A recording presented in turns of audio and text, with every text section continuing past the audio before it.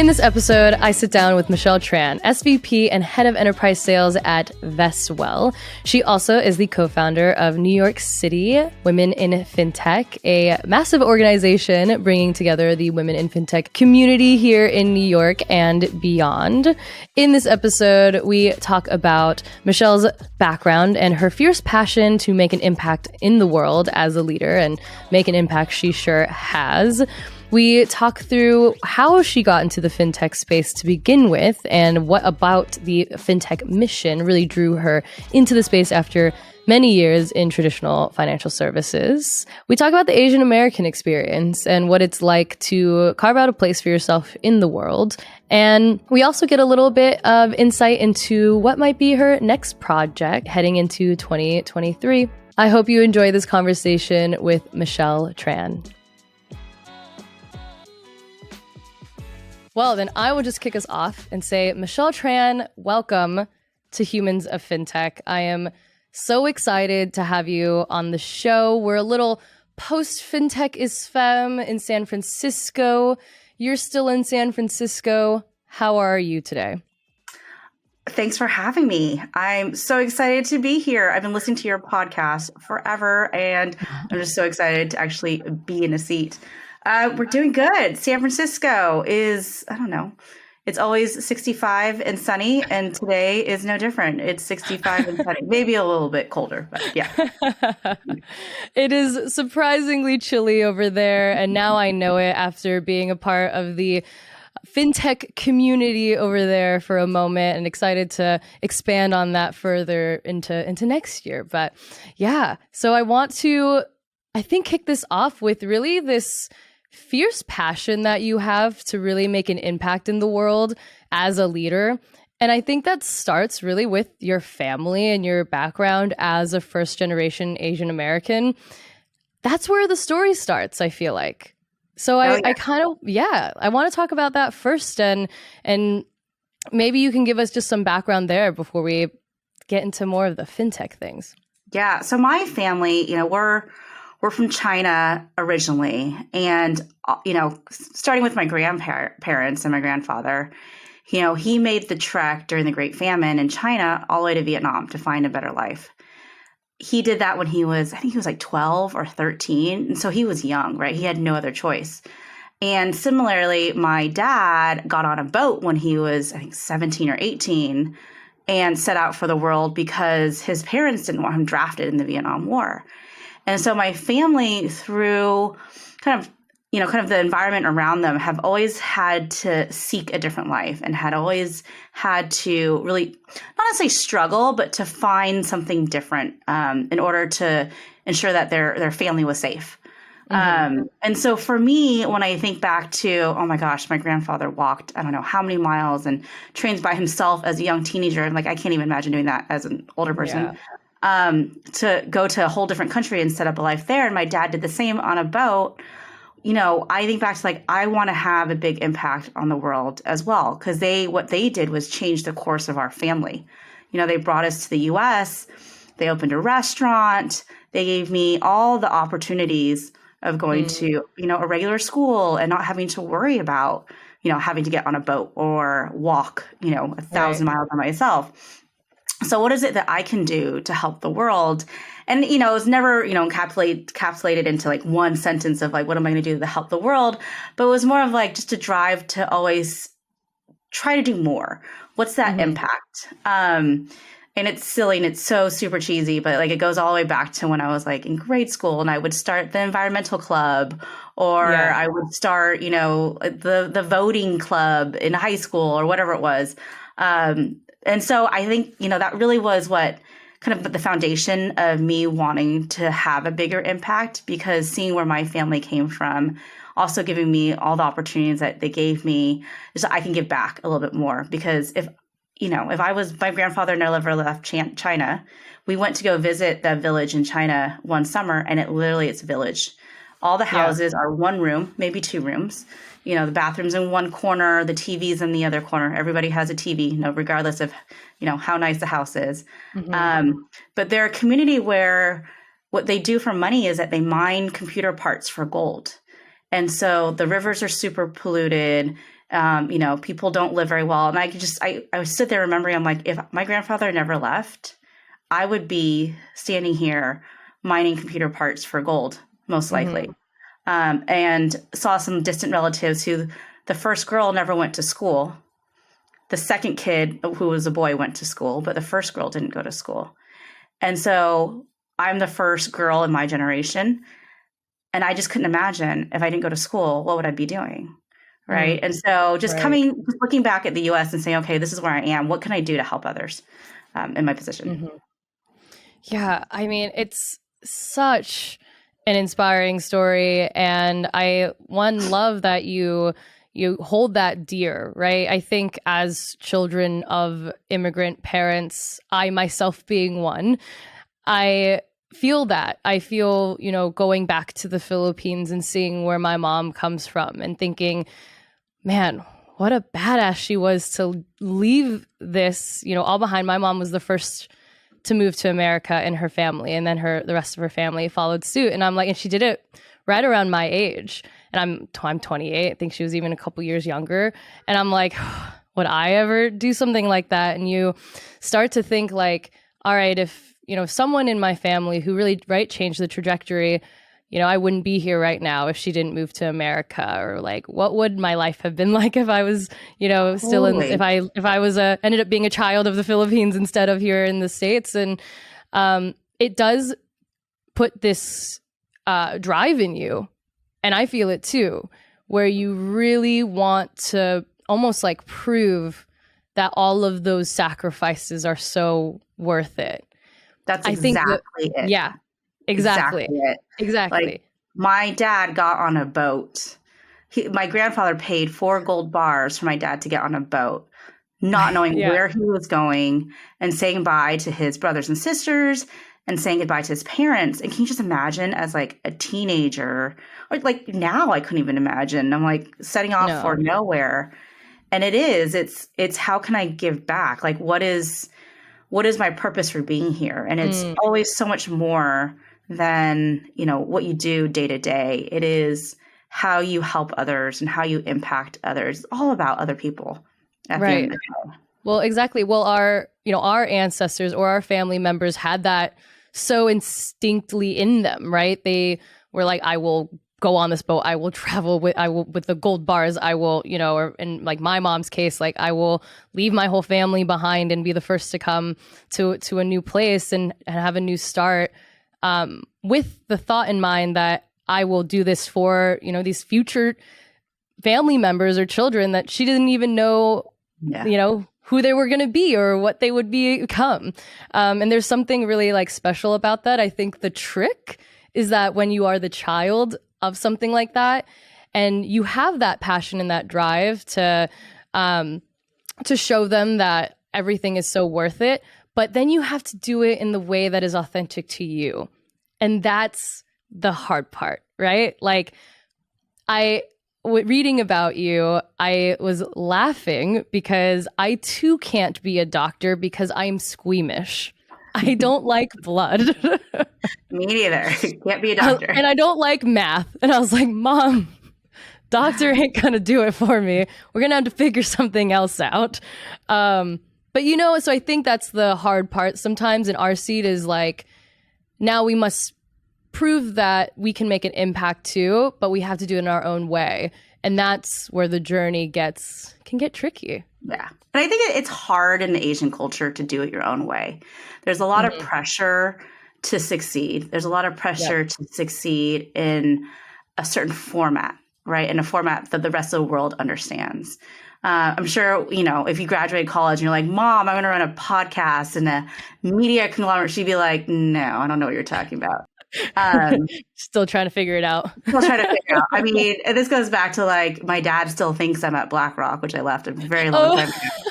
So he still put me in that box where he's like, I know BlackRock and they're great. And so she's going to fit into this finance box that, I can tell everybody else because they understand. But yeah, no doctor. I can't stand blood. Can't do it. try. I can barely see barely can see it in movies. I'm like covering my face. But my mother accepted that. Luckily, one of my brothers kind of took on more of that role. Appreciate you, brother. But anyways, so then I tried. I was like, I really wanted to be a journalist, and journalist is also not in the list of potential careers that you're allowed to have when you're the child of an. Clear, there's only three careers for an Asian child. It is doctor, lawyer, or finance. That's it. Exactly. Those are your options. That was rough. I was like, okay, well, I really want to be a journalist and I like writing. So I also got into college under the kind of the guise with my mom that I would pursue pre-law. And I kind of told her that if I majored in journalism, it would help me learn how to write really well, which would help me go to law school, obviously. But I think you did something similar too, but maybe you actually thought pre-law would be interesting. Well, I did. So I did pre-law, and it was very interesting. I think I got really bored. And so for me, what I did enough where I could graduate with it, but I wanted to do a little bit more. And so then I was able to double major in econ, which was great, which really opened my eye to econ itself. But for me, it was more of kind of what set me on the trajectory of what I was kind of starting with in finance was more so the desire to travel and not necessarily just go straight into a role. Now, I lived in London, so I left for London right after college, worked for Merrill Lynch in London. So it checked a couple boxes. So I could make my family happy and say, hey, I'm at a company that and it's in finance, but yet at the same time, I can go to Switzerland or Italy on the weekend and live that international life. I wasn't ready to just stay in one place. I really wanted to explore a little bit more. So still kind of, made my parents happy, but then was able to do really what I wanted to at the end of the day. But what was great was that kind of set me down the road of more traditional finance to start. And that then opened, kind of the fintech interest as it got more and more popular. Mm-hmm. Right. And you bounced around financial services companies throughout your career. And sorry, Dad, she's not at Blackstone. Yeah, well, so he thinks, that's what he does too. Is he also confused on that? Because now I'm confused. Yeah, because he's like, oh, wait, but you're at Blackstone. I was like, no, it's BlackRock. And also that was a long time ago, so. Oh my gosh. Dad, I'm just as confused as you sometimes. But anyways, yeah, exactly. So so not there anymore. To make it clear, we're at Vestwell now. But that is actually kind of how you joined FinTech to help grow a robo-advisor and realize that that's where you would make that impact. And so I'd love to hear from you kind of when that revelation happened, because I know it took me a few years as a finance journalist to understand that instead of feeling like pigeonholed into like, oh, this is just the first job I got out of college, writing about housing and mortgages and finance systems, I realized how impactful it is to be writing for industry and helping shape narratives. But what was that aha moment for you when fintech is like, that's where I'm going to make an impact? So for me, the aha moment was when I was still at BlackRock. Before that, I'd moved around globally. So I'd spent some time in Hong Kong. And for me, it was when I joined the fintech team at BlackRock. I had moved back to New York at that point.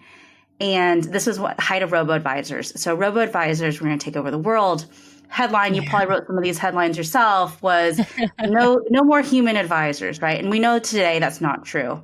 Right. But what we did see was the democratization of investing. And that's what robo-advisors really did. And so what they were really doing was making investing available to everyone, which was so cool. Because before, especially at the BlackRock level, you're like, oh, you have to have $100,000 at least to invest. What they did was they brought it down. They brought it down to the $10 to $20 to $1,000 to $5,000, where it's more reasonable for anyone to really invest. What was really cool for me in the aha moment was also seeing other technologies that supported that. So a lot of the robo-advisors, they were being stood up on Apex. So Apex is a clearing custody firm. When I heard of Apex, I had to Google clearing custody firm. What they really did was they held on to the money, but they built a technology layer on top that helped open accounts very fast and that helped bring money into accounts very fast. Because historically, you got to fill out PDF or you got to fill out something, and then it has to go to someone for them to check it. They built a mechanism where they can get an account open in 5 to 6 seconds. So that really enables someone then to say, okay, great, I'm on my phone. I'm going to open up an account. I'm going to put some money in. And then a couple minutes later, I'm going to start buying some shares of Apple. And in the world of when you're always on your phone and the instant gratification, you have to have those type of technologies in order to get people investing. So that was really the aha moment, was seeing all the technology, not only to facilitate like instant account opening and trading, but really like what was it doing to people? It was really allowing them to invest, which was super cool. Because it was like, impacted my friends. I was like, hey, you should go open an account here because you can.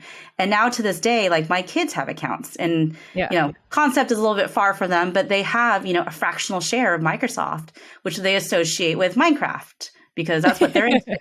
I'm like, fine. And they're like, we want to buy Legos. I'm like, okay, who runs Legos? I don't know. We'll buy that. Or now they want to buy Apple.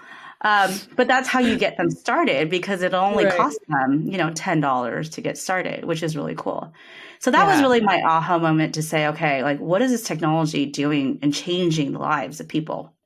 Mm-hmm. Well, and I think you hit an important factor for me and just my content and even this podcast and the newsletter is really, I'm trying to bring that people and human element back into this fintech space, because at the end of the day, that's at least all the people that I interview and talk to, that's what is the draw. That's why we end up in this space. I know it's why I stick around, and it's because of the mission, right? This it's the people, the incredible capability to see, a child be able to, with their parent invest something and just have that moment. I didn't have that moment when I was younger because it wasn't a thing, right? That people really did. And now it's so ingrained into our culture. And that I think is what makes me like so excited about this space is when I'm like, now I'm asked about it in public places and like with friends and now it's like, oh shit, we're the impact is here. So now it's like, what do we do to make sure like the intentions are good too? Yeah. And there's so much out there, right, that are that's thinking about how do we get people to move money a bit better. And this is not just, hedge funds or people who invest, but even something as EBT, food stamps, right? Like this is the height of the pandemic. And, Capway facilitated a way for food stamps to be used digitally. That's fintech. And you have Propel, kind of looking at the underbanked and all these neobanks too, that are building out technologies to serve, Black Americans, to serve Asian Americans, to serve LGBTQ Americans. It's all ways to how do you help someone live a better life and really making sure that finances are transparent. And so that's like really cool parts. And, there's 1,000 different other fintechs out there. But like, to me, those are the really interesting areas of fintech is how do you help the unbanked? How do you help the unserved? Right? Because they should all have access just like we do. Right. Exactly. And it's exactly what I think, it's interesting to me too, because you can really have that impact on the end user, whether you work in a, B2C, B2B or B2B2C capacity. If you have the, drive and values and it's done right, and we, use the technology that we have so that everyone can win, then you can eventually that all trickles down into the end consumer and what is accessible or isn't. And so I always like want the industry to think about that no matter what role you're in. Like you have the capacity to do that. You just have to have the intention to do it. And I mean, that's the primary reason, one of the primary reasons why I joined Vestwell too. Right. Well, like, what is this technology doing? At the end of the day, what it's doing is helping people save more for retirement. And then going back to, our personal stories, right? Like my parents ran a restaurant. They didn't have access to retirement. They never worked at a big institution where they said, hey, this whole concept of saving money before it's taxed, or even having like a formal tax or a formal savings mechanism for them is unheard of to this day. I mean, I'm sure my parents are going to live with me at the end of the day because that's what you do as Asians as well. You live in a multi-generational house. Yeah. But and I don't mind it. My mom is a great cook, so I'll take it. She's fantastic. That is a But pro. it's something that, I was able to participate in because I worked at a corporation, and I know it's going to change the way I view retirement. It's going to change the way I'm going to be able to live in, the future. And that's what kind of the technology does, right? Like, you have to look at the end game here. What is it trying to do? It's trying to help people save more. The robo-advisor is trying to get people to invest more so they can change their wealth story, these retirement options. So it's really like, that's what I always look at when I look at roles too. For me, what's really important is, what are we trying to do in the greater scheme of things? Yes, it's a really interesting product. And yes, I get to do this day to day and work with cool people. But what's that impact that I'm going to have in my day job too? Exactly. And having a day job just wasn't enough for you, Michelle Tran. You had to, well, I mean, yes, this is another cornerstone of your story has something to do with, walking to a bar on a rainy Tuesday night and with a few other women in fintech, right? But I would love to hear that story from you as one of the co-founders of New York City Women in Fintech. Such an inspiration for me and what I am doing as kind of a newbie in the space. Please, origin story for how New York City Women in Fintech came to be. It all started because I was really pissed off. So what happened was, that's usually how it starts, right? That's how it all starts. I was in a sales role and pitching a really big company, pitching, a really big opportunity. And I was in the room, I was hitting my stride, I was doing my thing. And it was my coworker who kept on, doing the things that we hate, the interrupting, the repitching, really taking away my confidence, taking away my responsibility for the win. And it just, like, I remember in that meeting, and like, when you have that feeling that just bubbles inside you and you just know it and your face is red and you're like, I'm not going to say anything right now because I'm in a meeting, but I'm not happy. Oh my gosh. So I know we've all been there. And yes, many times. So it really was, that was the moment. And it must have been bubbling for many moments, but that was the moment where I said, screw it. Yeah. So literally went home and I paid $80 to meetup.com. And I said, hey, I need a name. Women in Fintech was taken. Women of Fintech was taken. So we went with NYC Fintech Women, which was like, great, I'll take it. Set up a night. I actually called around to like 10 different bars. I'm like, hey, I'm going to bring in 100 people and, sponsor us, blah, blah, blah. Well, no one did. I was like, fine, I'll just pick a place at the bar. And, didn't get 100 people, but we got 16 women, and it was a rainy Tuesday. We picked a great bar in the Flatiron, Silicon Alley, and 16 women were there, including Sasha Pilch, who is now my co-founder. And, it was just a way for us to have conversation because I needed someone to talk to. And I was going to a million fintech events, and it was all male. And I was going to a million women in tech events, and I'd have to, find the fintech female. And I think this was, when 5 years ago when fintech was still relatively nascent. And Sasha was there. And I remember Sasha walked up to me afterwards. She's like, oh my gosh, I want to build this with you. I was like, build what? Oh, we're just meeting for drinks. Like, no, we have something here. I think there's, she was new coming from Australia. She worked at Quovo at the time, running fintech sales. And she's like, no, we're ready for a conversation. We need to do something. And it snowballed from there. And it was amazing. And, guys like Nathan Richardson came out and said, I want to support you. He was CEO of Trader before it got acquired. He gave us space. He gave us the platform to host people. Same with Morty. These are all early sponsors for us. And we've, ever since the beginning, wanted to make it available for everyone. So we never charged any money for people to join because it should be open to everybody. And we continued to build and build where before long, there were hundreds of people showing up at the door. And there were thousands of people ready to have this conversation because we need that community. We need to find each other in order to help each other.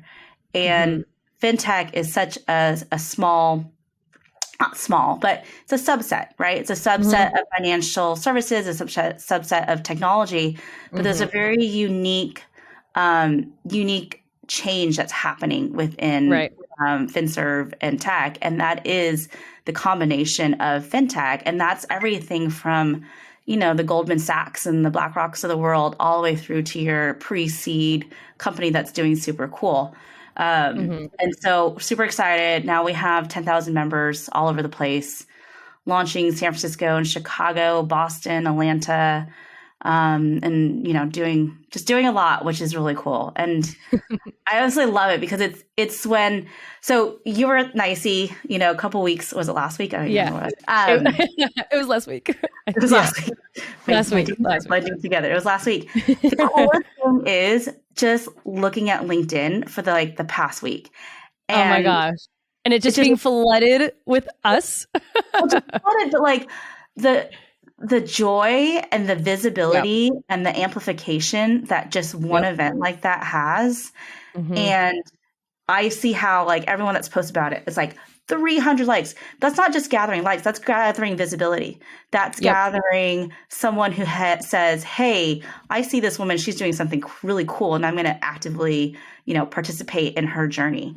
And that's the coolest thing about it, is just seeing how big of an impact it has. And to me, my thing all along has been all about promotion, all about visibility. You need to talk about yourself. You need to talk about others all the time. You need to say their names. You need to say what they do. You need to show their faces.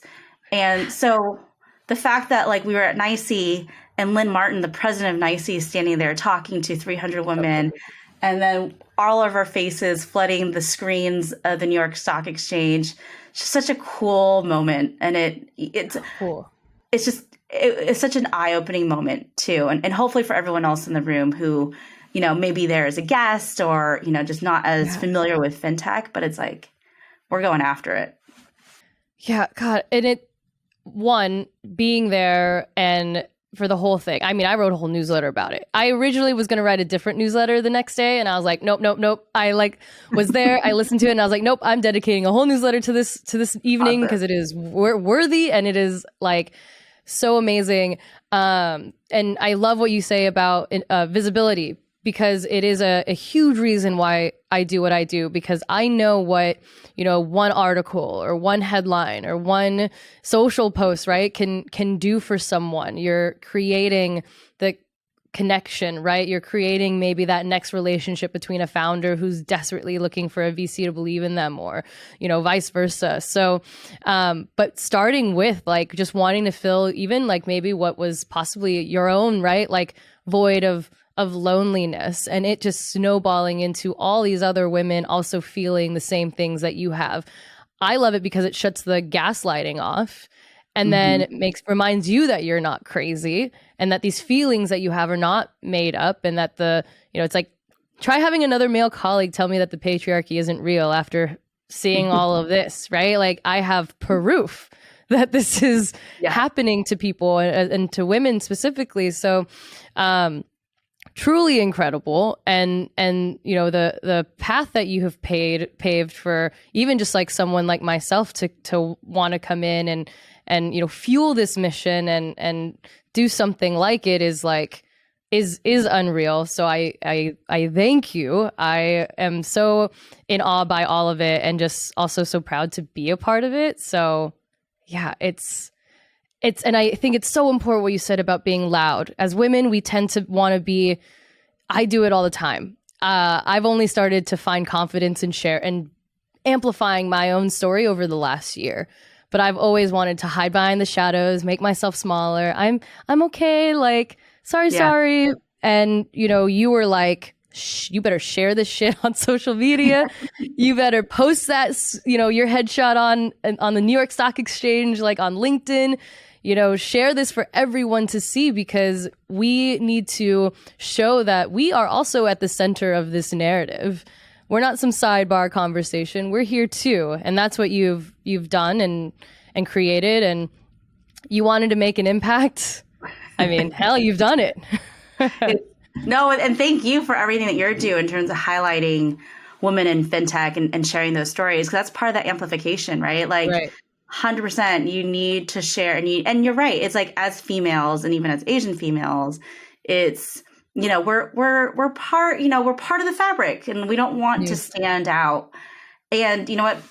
It takes practice, and it takes a lot of courage too, because if you stand out more, there's more visibility on you, and you may be knocked down harder, and it's scary, and not a lot of people can do it, and it just takes practice. And so we take the scary out of it, right? I think what we do is we feature you, and not just the Inspiring Fintech Females, but every Friday, our Fintech Female Fridays too, kind of doing the same thing, like hosting someone to make it easy for them to share about themselves. Because if someone else is talking about them, they're like, oh, I'm being talked about somewhere else, and I want to share that instead of tooting my own horn.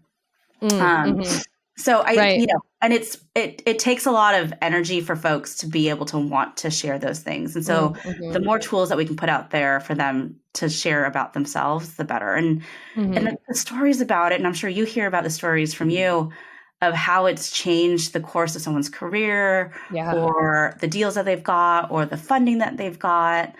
Like, that's what we're trying to do. We're trying to change that's the all success. of it. That's the success. Like that 2% VC funding female founders, that's not going to stay 2%. Like, that is, the more we talk about female founders, they're going to get more money, making sure there's more women on leadership teams and leadership positions. So it's all going to come together. And we came together and we're like, oh, what's our mission and what's our end goal? We're like, we want 50% females in fintech. I mean, I don't know how we're going to measure that or how we're going to get to it, but everything we're doing it. That, right? Yeah, exactly. Right. We're doing it. We're doing the work now. And I think what you said and you're getting at really is that you reinforced the ability to want to amplify yourself with a community of women here to back you up. Yeah. So it's less scary. Like what you said, right? You're taking that fear away.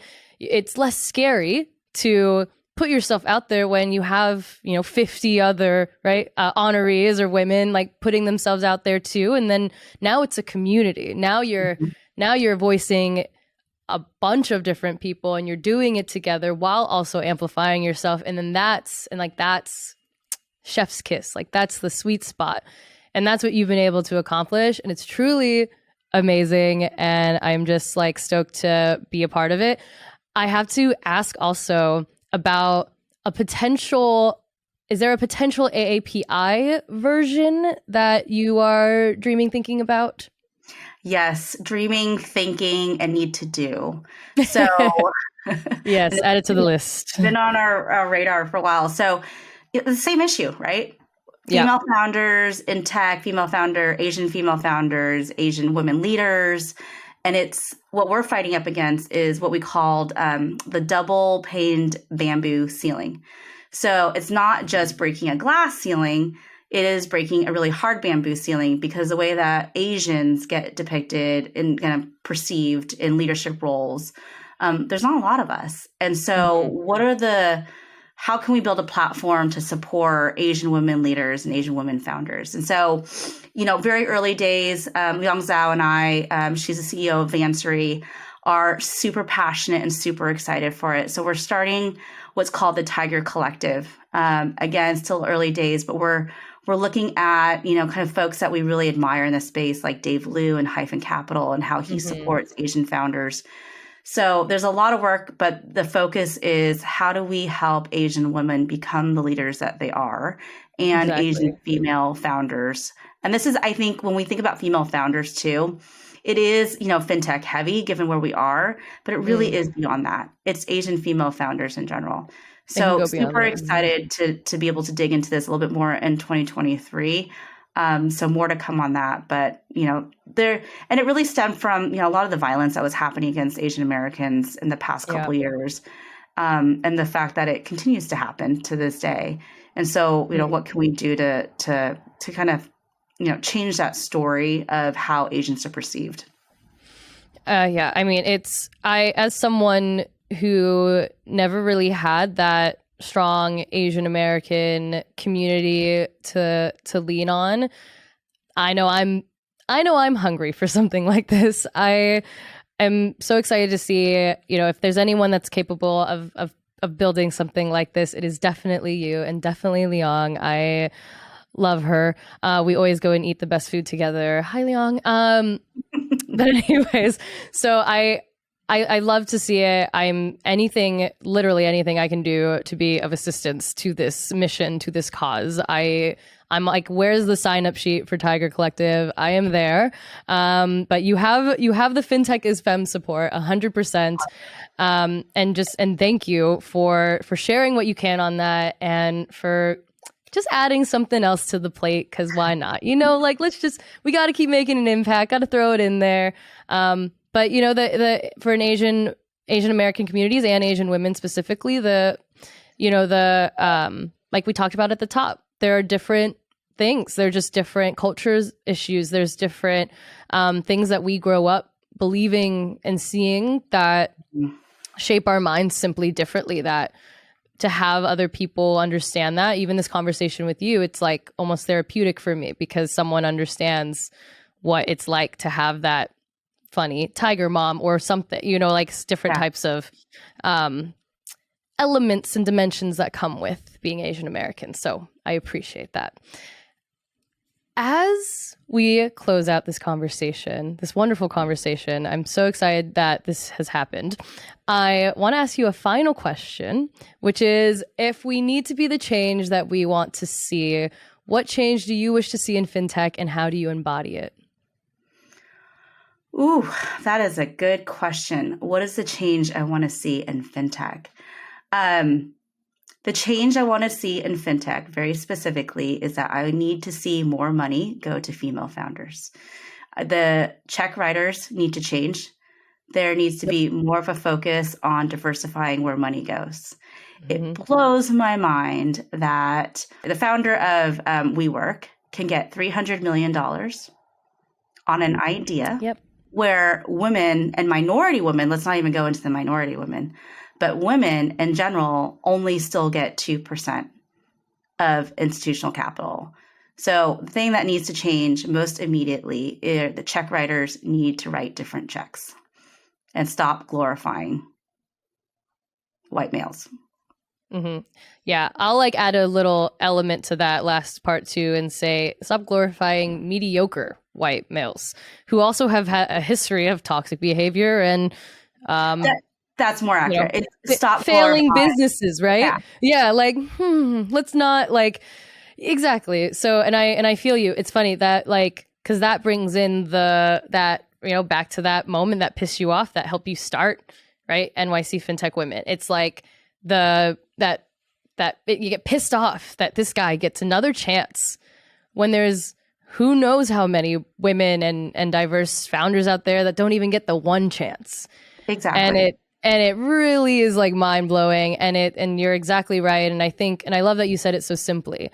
The people writing the checks need to change. And I don't know if I can write another article where 2% is the stat I'm writing for women founded, for VC money going to women founded companies. I'm over it.